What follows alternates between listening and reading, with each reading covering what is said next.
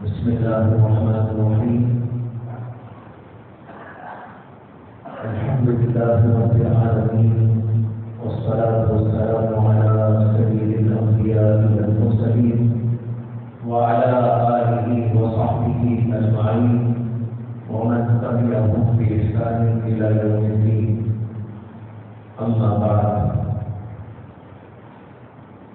کل میں نے قرآن کریم کی پہلی سورت الفاتحہ آپ کے سامنے پیش کی.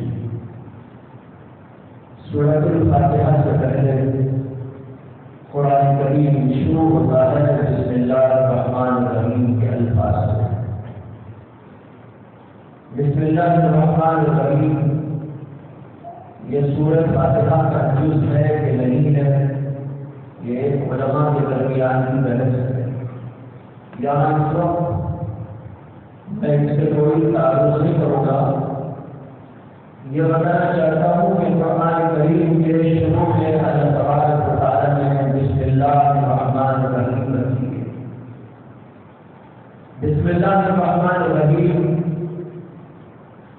سب سے پہلے یہ ہے کہ اس میں اللہ کا نام بھی ہے، اللہ کی صفات کا ذکر ہے، اور اللہ کی صفات میں سے رحمان اور رحیم کا اللہ نے تذکرہ دیا، جو یہ بات بتانے کے لیے ہے کہ یہ اللہ کا کلام جو انسانوں کی ہدایت کے لیے نازل کیا گیا ہے، یہ دراصل اللہ کی رحمانیت کا تقاضا ہے. اللہ کے رحمان ہونے کا تقاضا تھا کہ بندوں پر اللہ رحم کرتے، اور اسی رحم کا تقاضا یہ تھا کہ اللہ تعالیٰ انسانوں کی ہدایت کے لیے اپنا پاکیزہ کلام نازل کرتے، تاکہ دنیا کے اندر ہر جگہ پر خیر ہو، فلاح ہو، صلاح ہو، بہبودی ہو، اچھائیاں اور خوبیاں ہو، اور دنیا کے اندر سے ظلم اور دہشت گردی اور برائیاں اور خبائث یہ سب کے سب ختم ہو جائے. اس کے لیے اللہ نے اپنا پاکیزہ کلام نازل کیا، اس لیے کہ اللہ کی رحمانیت کا تقاضا یہی. اس کے اندر تھوڑی سی بات یہ سمجھ کر چلے کہ بسم اللہ الرحمن الرحیم کا ترجمہ ہوتا ہے اللہ کے نام کے ساتھ جو بہت مہربان نہایت رحم والا ہے. اللہ کے نام کے ساتھ کیا ہے یہ بیان نہیں کیا گیا، اس کو اللہ نے چھپا دیا، اور اس لیے چھپا دیا تاکہ ہم جیسی ضرورت ہو ویسا کوئی جملہ وہاں پر لگا سکیں. ایک آدمی کھانا کھانا چاہتا ہے، وہ بسم اللہ پڑھے گا تو یہ مطلب ہوگا کہ میں کھانا کھاتا ہوں اللہ کے نام کے ساتھ جو بہت رحم والا بڑا مہربان ہے. ایک آدمی ڈرائیونگ کرنا چاہتا ہے، اب کار چلانے بیٹھا ہے، وہ پڑھے گا بسم اللہ الرحمن الرحیم تو اب یہ مطلب ہوگا اللہ کے نام کے ساتھ میں ڈرائیونگ کر رہا ہوں. ایک آدمی کہیں جانے کے لیے نکلتا ہے، کوئی آدمی اپنے گھر میں واپس آنے کے لیے اندر داخل ہوتا ہے، وہاں کی بسم اللہ پڑھی جاتی ہے. اب مطلب یہ ہوگا میں داخل ہوتا ہوں اللہ کے نام کے ساتھ، میں باہر جاتا ہوں اللہ کے نام کے ساتھ، میں پانی پیتا ہوں اللہ کے نام کے ساتھ، میں قرآن پڑھتا ہوں اللہ کے نام کے ساتھ، میں اور کوئی علم حاصل کرتا ہوں اللہ کے نام کے ساتھ. یہاں اللہ کے نام کے ساتھ کچھ بھی ہم لگا سکتے ہیں ضرورت کے مطابق. اللہ نے اس چیز کو محسوس کر دیا کہ بندے جیسا ان کا کام ہے، جیسی ان کی ضرورت ہے، جیسا ان کا تقاضا ہے، اس تقاضے کو پورا کرنے کے لیے اس جملے کو پڑھے تو جو بھی مناسب حال سے ہوگا وہ لگا سکتے ہیں. اس لیے کہا گیا بسم اللہ الرحمن الرحیم.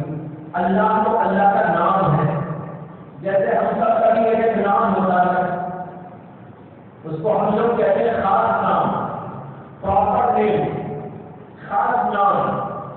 کسی کا نام زید، کسی کا نام بکر، کسی کا نام خالد، کسی عورت کا نام زینب، کسی کا نام خالدہ، کسی کا نام فاطمہ، نام صفاتی بھی ہوتے ہیں، جیسے اس کی صفت ہو، جیسے اس کے اندر کوئی کمال ہو، اسی کے مطابق کوئی اور نام بھی اس کا بڑھ جاتا ہے۔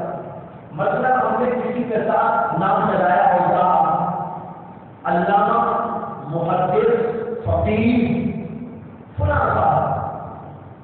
اب یہاں فلاں کے ساتھ میں کئی نام لگا دیے، محدث لگا دیا، فقیہ لگا دیا، عالم لگا دیا، شاعر لگا دیا، سائنسدان لگا دیا، ڈاکٹر لگا دیا، انجینئر لگا دیا۔ یہ تو ہے صفاتی نام ہے۔ کوئی انجینئر بن گیا، اس کے اندر صفت پیدا ہو گئی، اس کے ساتھ آپ نام لگا دیتے ہیں انجینئر خالد صاحب۔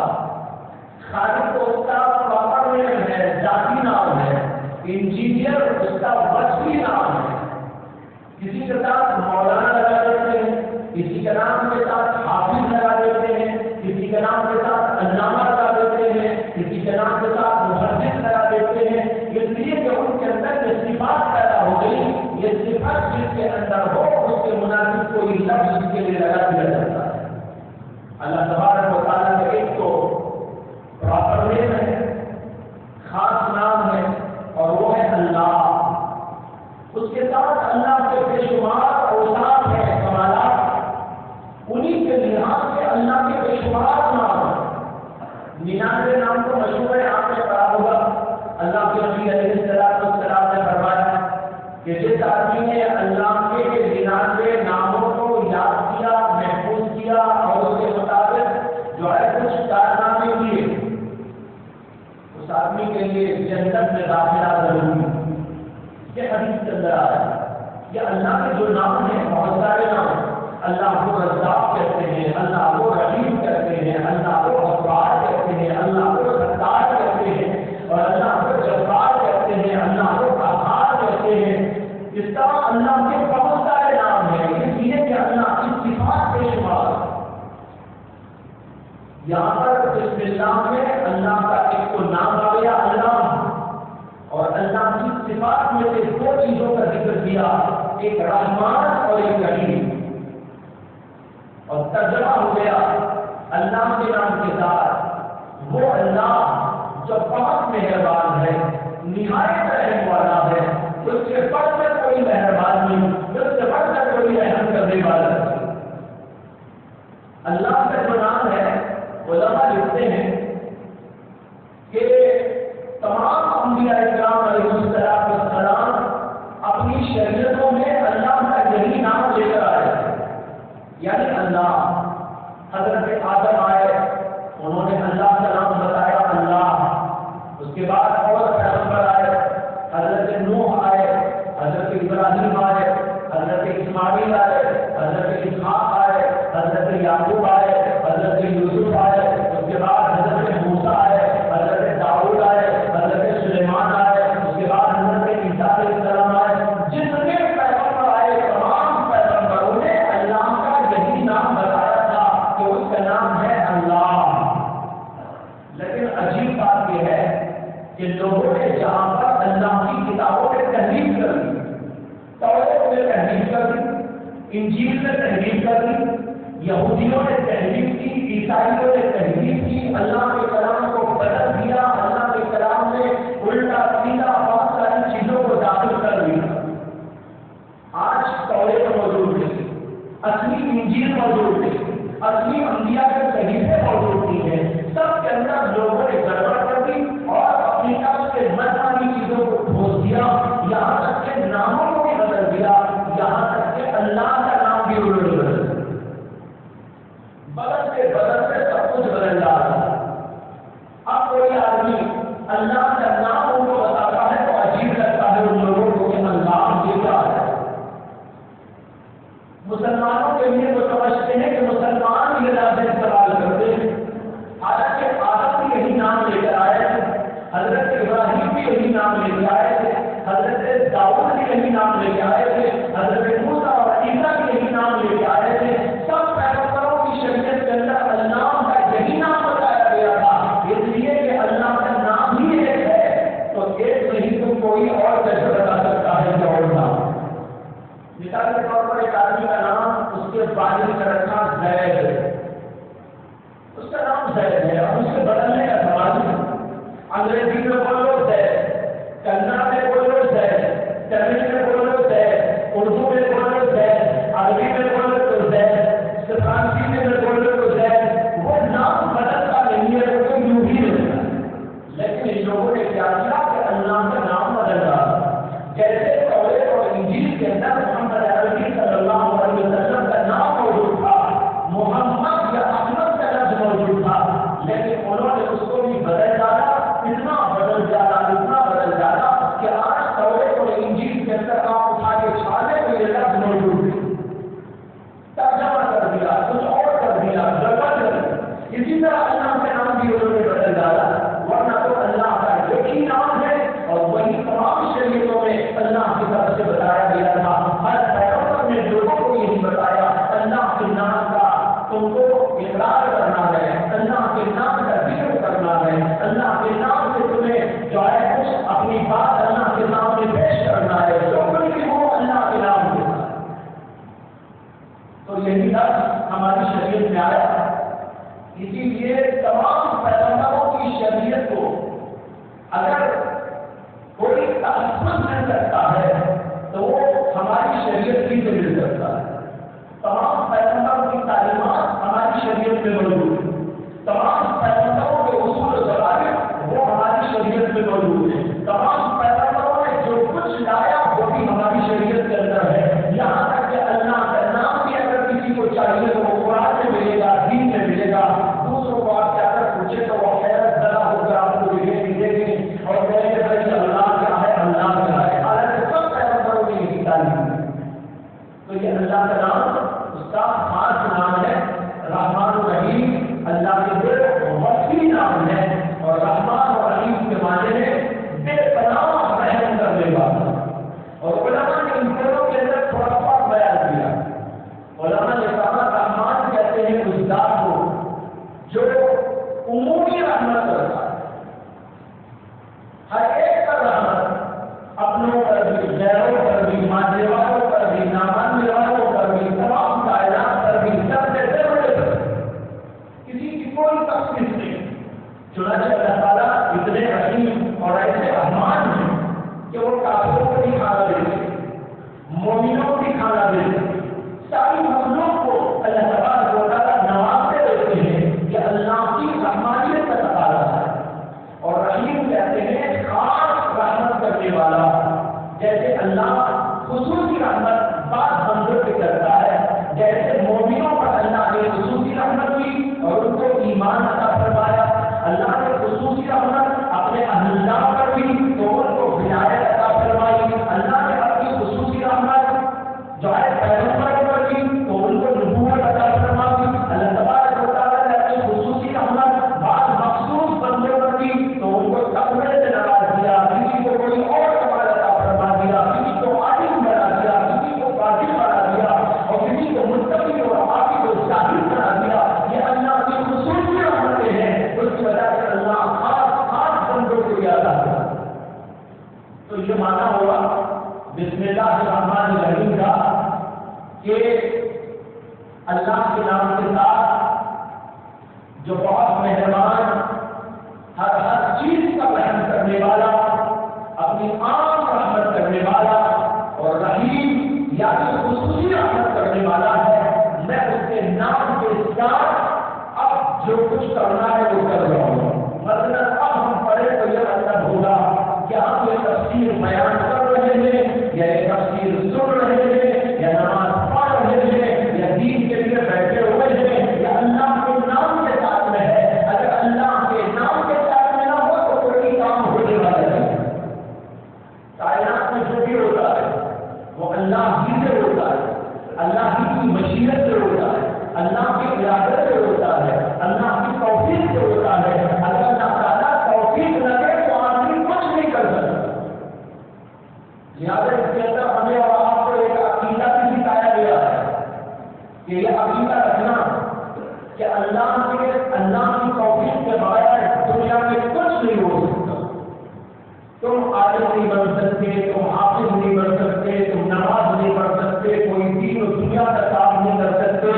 جو کچھ ہوتا ہے وہ اللہ کی توفیق اور اس کی مدد سے ہوتا ہے. اگر اللہ کی توفیق و مدد شامل حال نہ ہو، انسان الٹا سیدھا ہو جائے لیکن کچھ ہونے جانے لگے. چنانچہ بہت سارے لوگ بڑی محنت کرتے ہیں، بڑی جدوجہد کرتے ہیں، اپنے تمام اسباب لگا دیتے ہیں، تمام تدابیر اختیار کر لیتے ہیں، لیکن اس کے باوجود ان کا کام نہیں ہوتا اور وہ فیل ہو جاتا ہے. اور ایک آدمی بولتا ہے تو زیادہ محنت نہیں کرتا، تدبیر کچھ خاص نہیں کرتا، لیکن اس کے باوجود ان کا کام بنتا رہتا ہے. اس میں اس بات کی طرف اشارہ ہے کہ جو کچھ ہوتا ہے وہ اللہ کی تقدیر سے اور اللہ کی توفیق سے ہوتا ہے. اس لیے اللہ کی توفیق مانگتے رہنا چاہیے. اور اس کے اندر ایک بات یہ بھی ہے کہ ہماری یہ اصلاح کی گئی کہ اگر تم سے کوئی اچھا کام ہو رہا ہے، اگر تم نماز پڑھ رہے ہو، اگر تم تہجد گزاری کر رہے ہو، اگر تم روزے رکھ رہے ہو، اگر تم قرآن کی تلاوت کر رہے ہو، یا تم عالم بن گئے ہو، تم حافظ قرآن بن گئے ہو، یا اور کوئی دین خدمت میں لگے ہوئے ہو، دعوت و تبلیغ کا کام کر رہے ہو، وہاں پر نصیحت اور ارشاد کے کام پر تم کو مقرر کیا گیا ہے، تو تمہارے ذہن میں دور دور تک یہ نہیں آنا چاہیے کہ یہ تمہارا اپنا کوئی کمال ہے یا اللہ کی توفیق سے تمہارے کو کچھ ہوگا. اگر اللہ توفیق نہ دیتا تو کوئی کیا کر سکتا تھا. مولانا روم کا نام آپ نے سنا ہوگا، جو بہت بڑے علامہ والے اور بزرگ گزرے. ان کی کتاب ہے جس کا نام ہے مثنوی شریف. مثنوی شریف میں انہوں نے قصہ لکھا ہے. قصہ یہ لکھا ہے کہ ایک شخص تھا، اس کے غلام کو لے کر وہ بازار گیا خریدی کرنے کے لیے.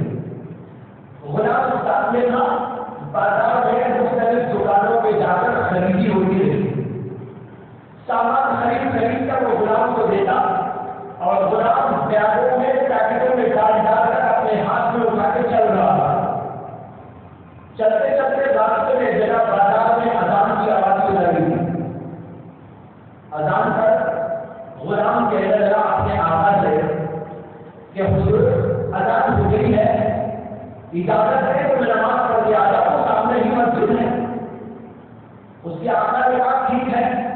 وہ آقا بے نمازی تھا، نماز کا عادی نہیں تھا، اس کا غلام نماز کا عادی تھا. تو غلام کہنے لگا کہ اجازت ہو تو نماز پڑھ کے آ جاؤ. آقا نے کہا کہ ٹھیک ہے جاؤ نماز پڑھ کے آ جاؤ، میں یہیں کھڑا ہوں. یہاں پر کھڑا باہر انتظار کرنے لگا اور اس کا غلام نماز پڑھنے کے لیے اندر چلا گیا. مولانا روم کہتے ہیں کہ نماز ہو گئی.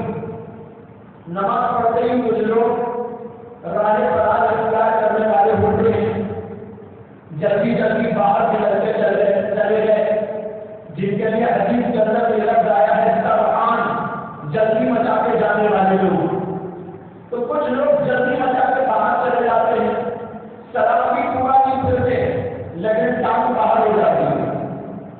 بعض لوگوں کا انتظار ہوتا ہے کہ ابھی نماز مکمل نہیں ہوئی، سلام بھی مکمل نہیں ہوا، ایک سلام ہوا اور ایک سلام آدھا بھی نہیں ہوا، فکر ان کو یہ ہو گئی جانے سے باہر نکل رہا ہے.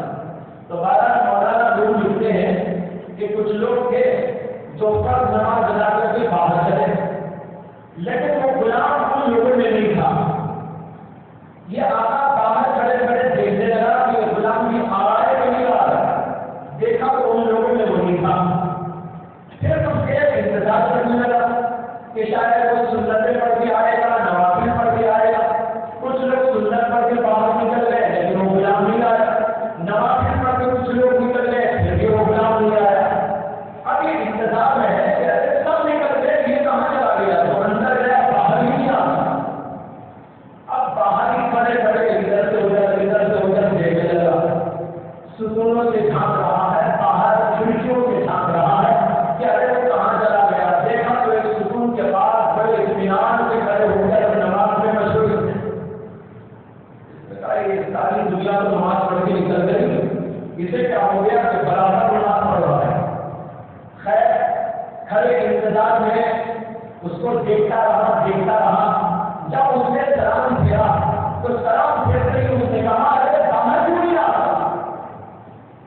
اس نے کہا باہر جانے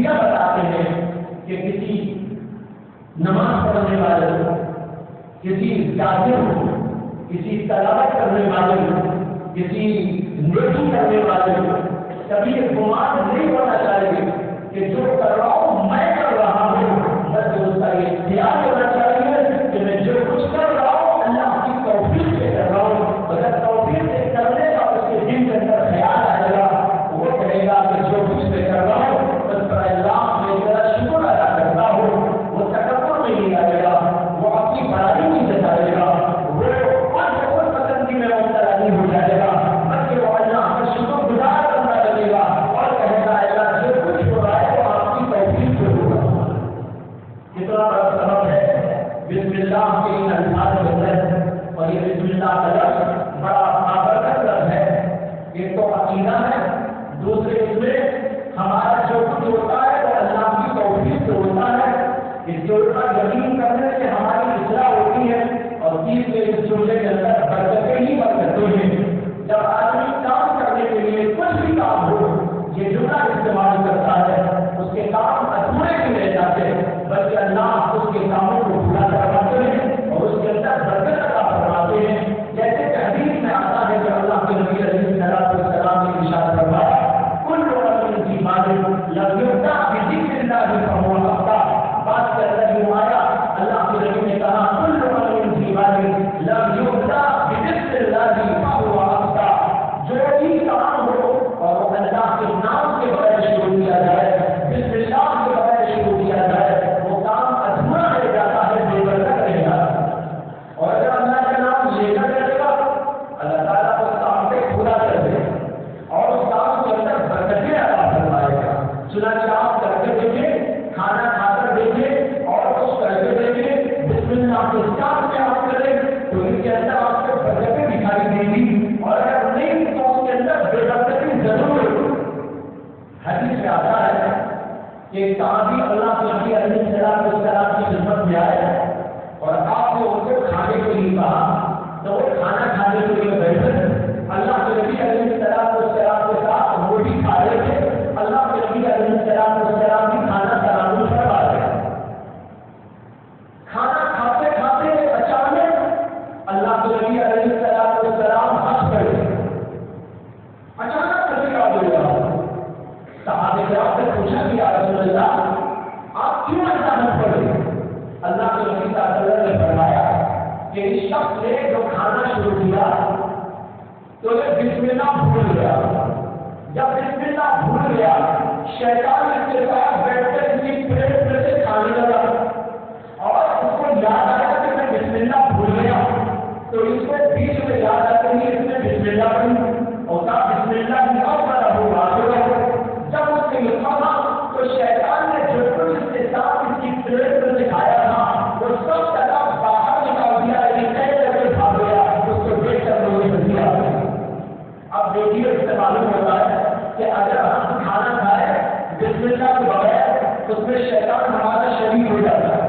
اور ایک حدیث کیا تعلیم اللہ کے نبی علیہ السلام نے فرمایا جب آدمی اپنے گھر داخل ہوتا ہے اور بغیر بسم اللہ سے داخل ہوتا ہے تو وہاں شیاطین کہتے ہیں ارے بھائی ہمارے لیے تو ٹھکانہ نصیب ہو گیا، اور اگر وہاں کھانا کھانے بیٹھ کر بغیر بسم اللہ کے کھاتا ہے شیاطین آپس میں کہتے ہیں ارے بھائی ہمارے لیے تو کھانے کا بھی انتظام ہو گیا ہے، رہائش کا بھی انتظام ہو گیا، کھانے کا بھی انتظام ہو گیا، کیوں؟ اس لیے کہ اس نے بسم اللہ نہیں پڑھی